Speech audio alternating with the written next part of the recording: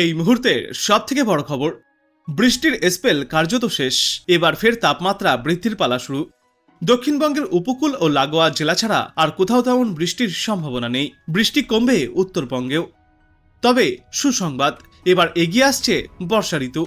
দক্ষিণবঙ্গের জন্য আজ পূর্বাভাসে বলা হয়েছে, দক্ষিণবঙ্গের 2 মেদিনীপুর এবং 2 24 পরগনা ছাড়া আর কোথাও আজ বৃষ্টির তেমন কোনো পূর্বাভাস নেই। এরপর আগামীকাল থেকে আরও শুকনো থাকবে আবহাওয়া। 18ই মে পর্যন্ত পশ্চিমা অঞ্চলে শুষ্ক গরম থাকবে, তবে গাঙ্গেয় দক্ষিণবঙ্গ কিছুটা ঘামাক্তক পরিস্থিতির শিকার হবে।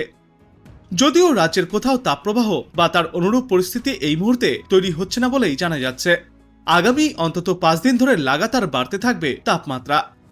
আরও পরিষ্কার করে বলতে গেলে বলা যায় যে আগামী 4 দিনে গাঙ্গেয় জেলায় 3 থেকে 5 ডিগ্রি সেলসিয়াস পর্যন্ত তাপমাত্রার উত্থান ঘটবে।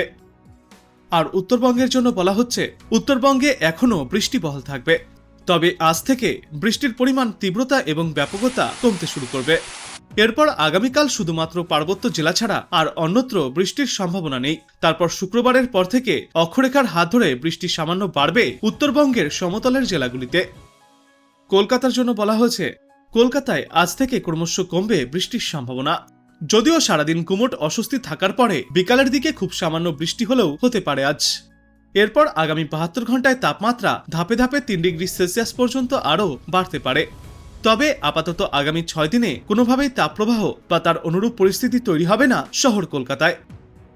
এই আবহাওয়ার পূর্বাভাসের সবচেয়ে চিত্তাকর্ষক বিষয় সম্ভবত মৌসুমী বায়ুর গতি প্রকৃতি ও বর্ষার আবাস সংক্রান্ত তথ্যাবলী।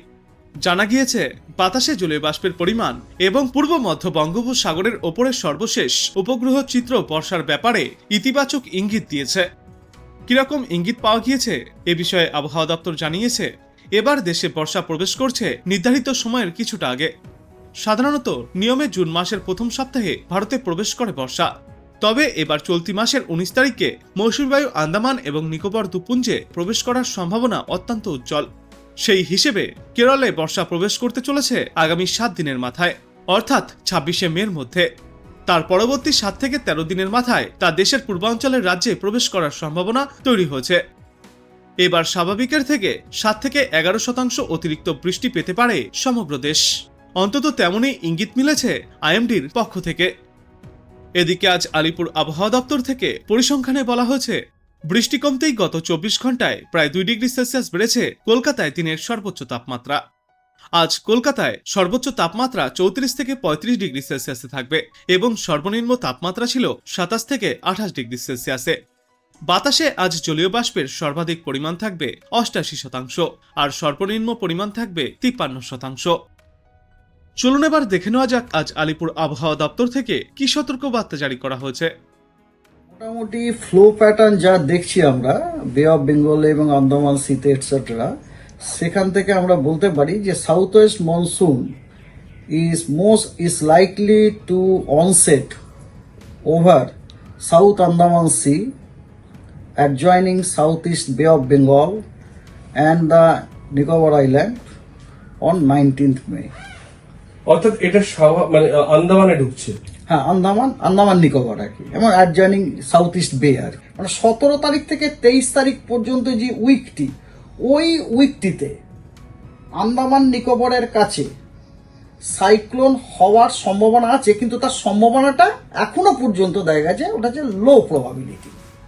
ওটা হলো 20 তারিখের পরে, কিন্তু হলেও হতে পারে। আজকে বৃষ্টির সম্ভাবনা আছে, নেই যে তা না। যেমন ধরুন, light to moderate rain with thunder activities at few places. Coastal যে ডিস্ট্রিক্টগুলো আছে ও সাউথের যে ডিস্ট্রিক্টগুলো আছে সেগুলোতে আপনার হওয়ার সম্ভাবনা আছে, কিন্তু অন্যান্য যে ডিস্ট্রিক্টগুলো আছে সেখানে আপনার খুবই হালকা ছিটেফোঁটা বৃষ্টিপাতের সম্ভাবনা আছে।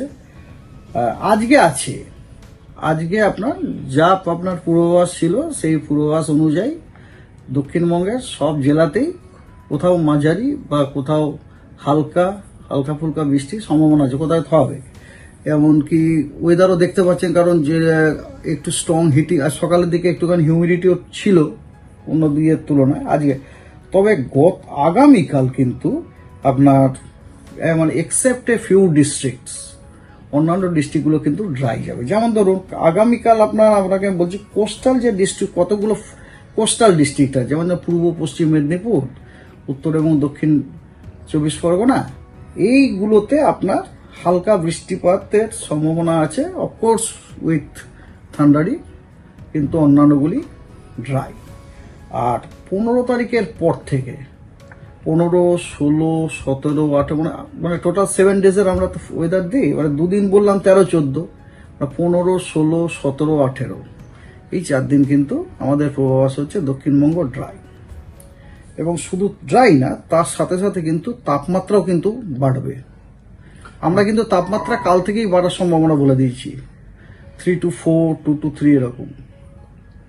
এবং দেখুন আজকেও কিন্তু টেম্পারেচার বেশি বাড়া, কালকের তুলনায় কিন্তু এই 2:30টার সময় যে ম্যাক্সিমাম টেম্পারেচারটা রেকর্ড হয়েছে, দ্যাট ইজ মোর দ্যান ইয়েস্টারডেজ।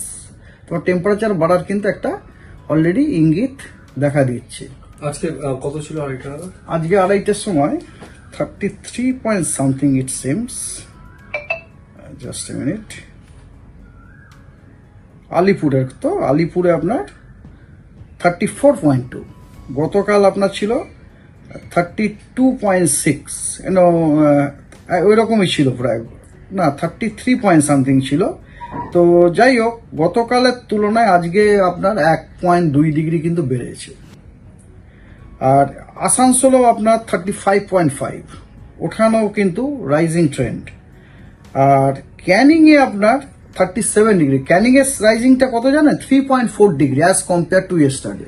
দেখুন এখন বাড়ছে, ধরুন 1 থেকে 2 ডিগ্রি এরকম ধরনের বেড়েছে। ধরুন হিটওয়েভ থেকে বাড়তে গেলে আপনার 40-40 ক্রস করে যেতে হবে না, 40-40 ক্রস করে যেতে হবে, 40 তো মিনিমাম, অন্যান্য জায়গায় কোনো কোনো জায়গায় 42-43 এরকম ধরনের।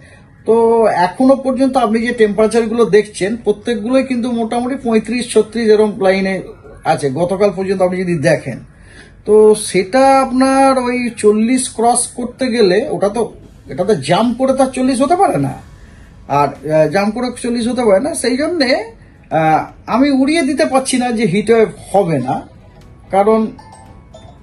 কারণ কথা হচ্ছে এটা মে মাস বলে, যেহেতু এটা মে মাস এই জন্য হিটওয়েভ হবে না, আমি উড়িয়ে দিতে পারছি না। কিন্তু কথা হচ্ছে এর সম্ভাবনাটা যথেষ্টই কম। উত্তরবঙ্গতে more or less every day একটা লিফটিং মেকানিজম, মানে একটা লার্জ স্কেল ফোর্সিং যেটাকে বলি, 0.9 কিলোমিটার একটা ইস্ট ওয়েস্ট ওরিয়েন্টেড, আমরা আমাদের টেকনিক্যাল ল্যাঙ্গুয়েজে বলি শেয়ার লাইন, অনেকে বলে অক্ষরেখা, হ্যাঁ নিম্নচাপ অক্ষরেখা।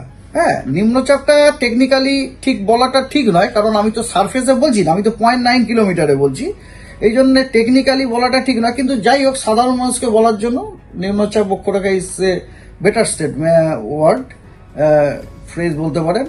তো ওইটা কিন্তু প্রায় দিনই বিদ্যমান, কখনো আসাম থেকে ওইদিকে ওয়েস্ট ইউপি, কখনো আসাম থেকে বিহার, মানে ওর ওপর দিয়ে পেরোচ্ছে আর কি।